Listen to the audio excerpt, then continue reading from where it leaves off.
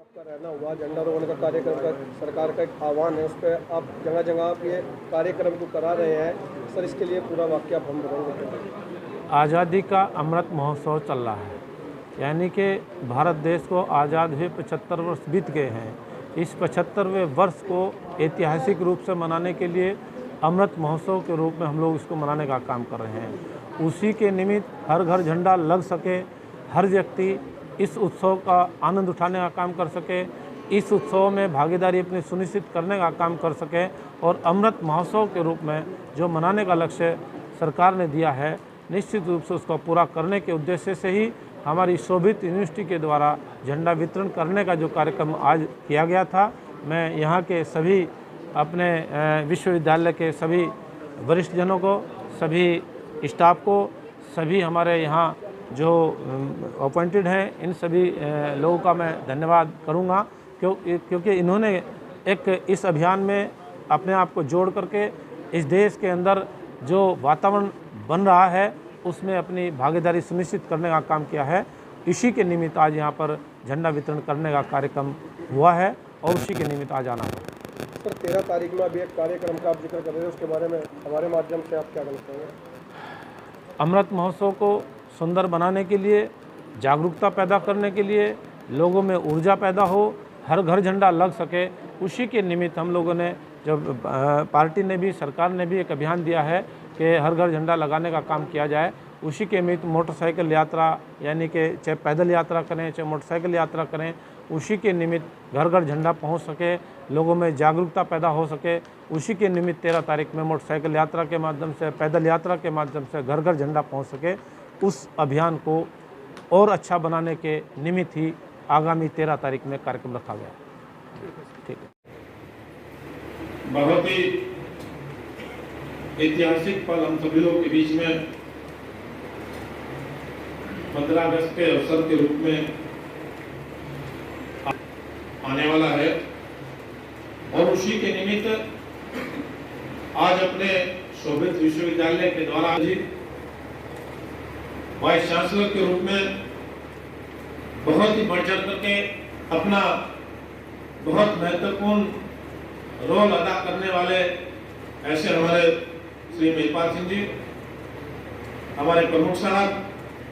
हमारे इस विश्वविद्यालय से जुड़े सभी अध्यापकगण, सभी महिला शक्ति और इस कार्यक्रम का संचालन कर रही हमारी रितु शर्मा जी और सभी पत्रकार साथियों, सम्मानित लोग,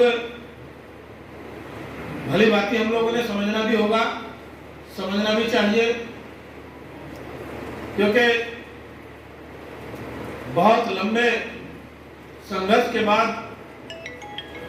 बहुत उन महान स्वतंत्रता सेनानियों ने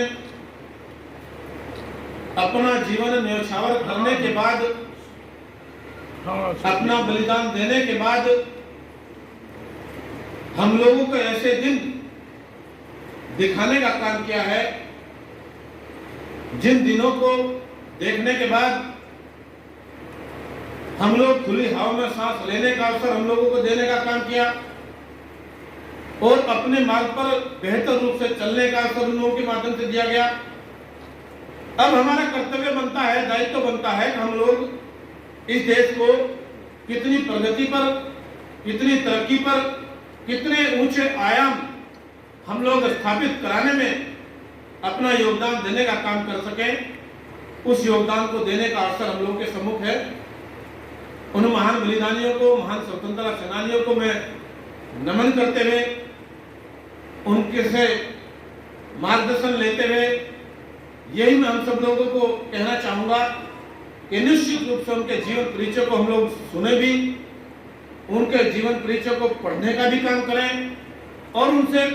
बहुत कुछ सीखने को भी मिलेगा, वो भी हमें सीखने का काम करना चाहिए। इस आजादी के अमृत महोत्सव को सरकार ने उत्सव के रूप में मनाने का जो अभियान सरकार के द्वारा चलाया गया, निश्चित रूप से हम सभी लोगों के, देशवासियों के अंदर जिससे भी बात करते हैं उसी के अंदर अलग प्रकार की ऊर्जा इस 75वें वर्ष के अंतर्गत अमृत महोत्सव के रूप में मनाने की मनाने का जज्बा और जोश जिस प्रकार से देखने को मिल रहा है, ऐसा उत्सव, ऐसा जोश कभी कभी देखने को मिलता है। मैं शुभकामनाएं देता हूं आप सभी को, बहुत बहुत बधाई देते हुए आप सभी से मैं यही कामना करूंगा, हम लोग निश्चित रूप से जितने भी बढ़ चढ़ करके इस ऐतिहासिक पल का लाभ उठाने का काम कर सकें, ऐतिहासिक पलों का संदेश देने का काम कर सकें, वो हमें देने का काम करना है। इस विश्वविद्यालय के महान संस्थापक कहें, महान चिंतक कहें, महान समाज सेवी कहें, महान व्यक्तित्व के धनी कहें, ऐसे हमारे विजेंद्र जी, बाबू विजेंद्र जी, जिनको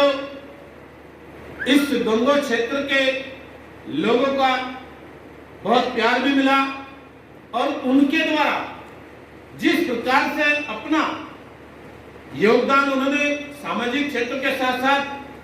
शैक्षिक क्षेत्र में जो दिया है, आज हम उनको भी नमन करते हैं, उनको भी याद करते हुए, क्योंकि उनकी पुण्यतिथि कल थी और कल का ही कार्यक्रम ये निर्धारित किया गया था, किन्हीं कारणवश ये कल का स्थगित होकर के आज का होना सुनिश्चित हुआ है। मुझे जानकारी ये नहीं थी कि वो कल इनकी पुण्यतिथि, मुझे आज ही जानकारी ये मिली है कि इनकी पुण्यतिथि का भी अवसर हमारे बीच में ये निकला है। मैं उनको भी नमन करते हुए ऐसे महान योद्धा को, महान पुरुष को, महान व्यक्तित्व को, महान शिक्षा जगत में अपने अलग जगाने वाले व्यक्तित्व को नमन करते हुए जरूर हम सब लोगों ने ऐसे व्यक्तित्व से प्रेरणा लेने का काम करना चाहिए। भाई हमारे कुंवर विजेंद्र जी, शेखर जी, दोनों भाइयों का योगदान जिस प्रकार से हम लोगों के बीच में देखने को मिलता है, वाकई निस्वार्थ भाव से ऐसा स्मरण करते हुए ऐसे उन लोगों का योगदान जो हमारे कभी कल्पना भी हम लोग नहीं कर सकते कि हमारा गंगोह क्षेत्र में इतने बड़े स्तर पर विश्वविद्यालय स्थापित हो जाएगा, हमारा मेडिकल कॉलेज स्थापित हो जाएगा। निश्चित रूप से उनका योगदान हम सभी लोगों के लिए बहुत ही अनुकरणीय है, बहुत ही हमारे लिए लाभदायक सिद्ध होने का काम करता रहा है और आगे भी करता रहेगा। इसी क्रम में आज हम सब लोगों के बीच में ऐतिहासिक पर्व रक्षाबंधन का भी है। सभी बहनों को मैं अपनी ओर से रक्षाबंधन के शुभ अवसर पर उनको शुभकामनाएं देते हैं यही कामना करता हूं कि उनके जीवन में हमेशा सफलता मिलती रहे, सफलता के जीवन में अपने परिवार को आगे बढ़ाने का काम करती रहे, ऐसी मेरी उनके प्रति शुभकामनाएं हैं। अपने भाइयों के प्रति वो निश्चित रूप से एक अच्छा संदेश लेकर के चलने का काम करती हैं। ऐसे अवसर की मैं उनको बधाई देते हुए ये कामना करता हूं। श्रुति गर्ग जो बहुत ही मेहनती बच्ची है, जिसने इस विश्वविद्यालय का नाम बहुत ऊंचाई तक पहुंचाने का काम किया और विश्वविद्यालय का नाम ऊंचा करने का काम उस बच्ची ने किया है। मैं उसको बधाई देते हुए ये मैं अपनी बच्ची से आग्रह करूंगा, एक बार खड़ी हो जाए,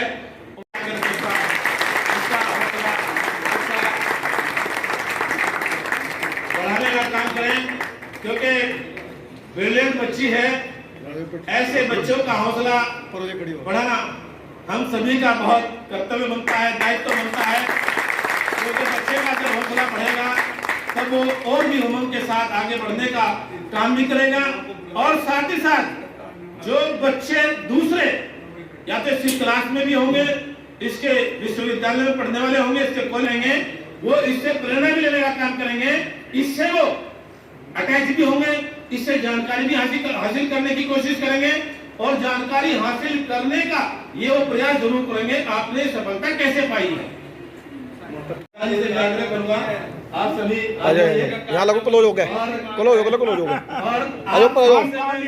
आप यहाँ आ जाओ बराबर, इधर आ जाओ। आप सभी से मैं इस बच्ची के लिए तो आप लोगों ने तालियां बजाने का मेरा अनुरोध आप लोगों से है और बस आप लोगों का मैं धन्यवाद करता हूँ, आप सभी का अभिनंदन करता हूँ। आप सभी से मैं आग्रह करूंगा कि आजादी के अमृत महोत्सव को बहुत उत्साह के साथ, बहुत उमंग के साथ, बड़े जोश के साथ इसको मनाने का काम करें और इस विश्वविद्यालय के सभी अपने परिवारजनों को करते हुए यही आशा करता हूं कि निश्चित रूप से अपने सफलता के